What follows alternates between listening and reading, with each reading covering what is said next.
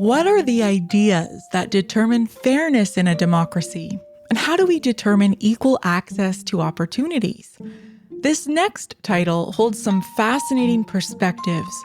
Welcome to Audiobook Reviews in 5. This is Yana, also known as Jana, and in today's episode, I'm reviewing The Tyranny of Merit, What's Become of the Common Good, written and read by Michael J. Sandel.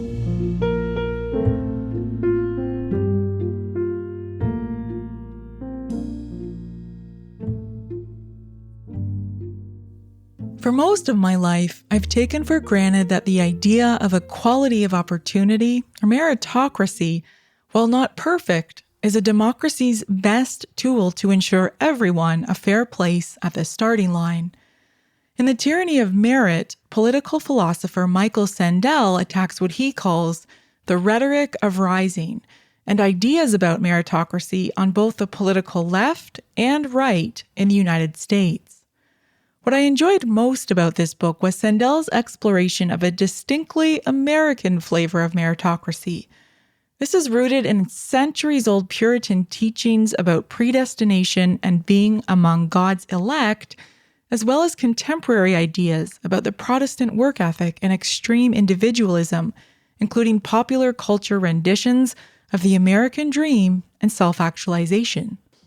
The focus on the United States here makes sense, since its meritocratic ideals are coupled with historic rates of disparity in wealth today. But denial of this simple fact prevails. Surveys show that 70% of Americans believe that the poor can make it out of poverty on their own, thanks to America's unique opportunities. Sandel cites research revealing that the poor actually have more chance of achieving the quote-unquote American dream of rags to riches if they live in Canada or Denmark.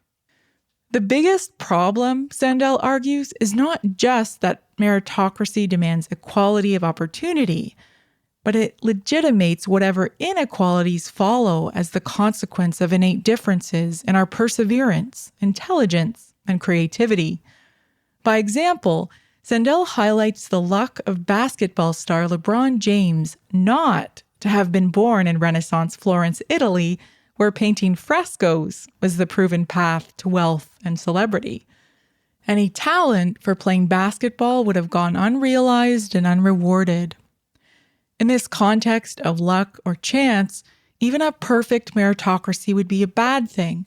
And it's easy to imagine how demoralized we'd feel if our talents or skills held little value in the eyes of others.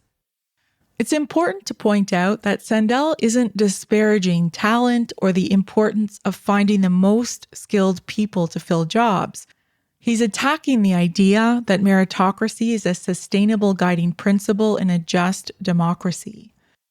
What propelled this book into heated public conversation is that Sandel's ideas neatly frame the reasons behind the 2016 election of Donald Trump in the US, Brexit in the UK, and the surging populist movement around the world.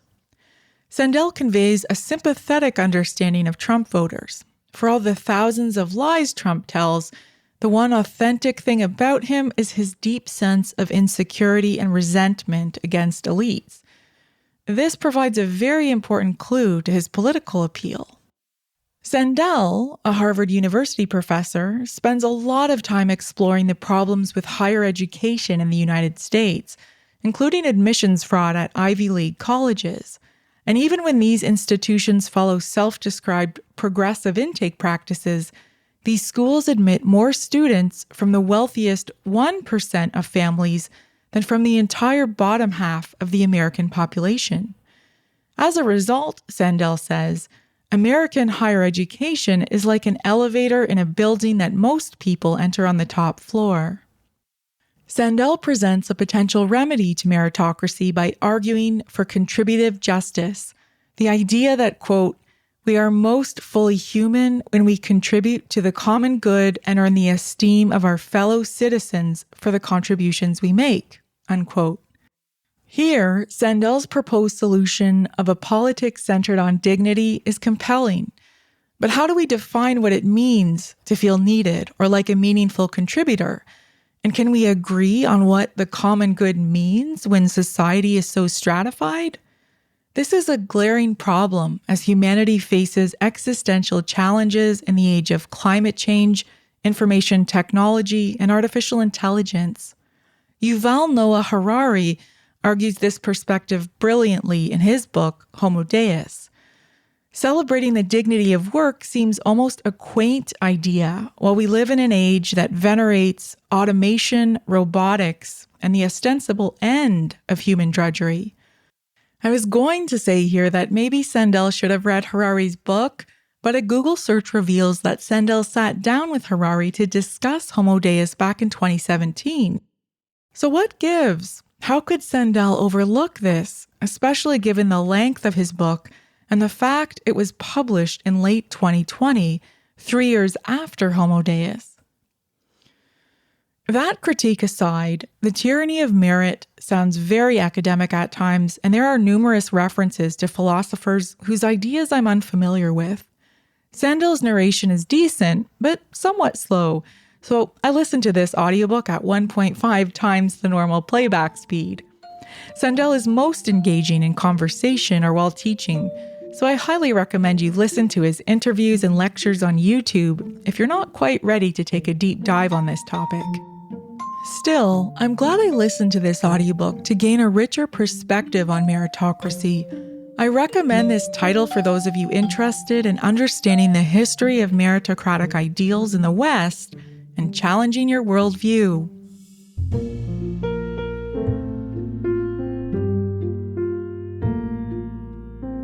That's all for this episode of Audiobook Reviews in 5. Thanks for listening. If you have not yet done so, please follow us on Facebook and subscribe to Audiobook Reviews in 5 on Anchor, Apple, Spotify, and many others.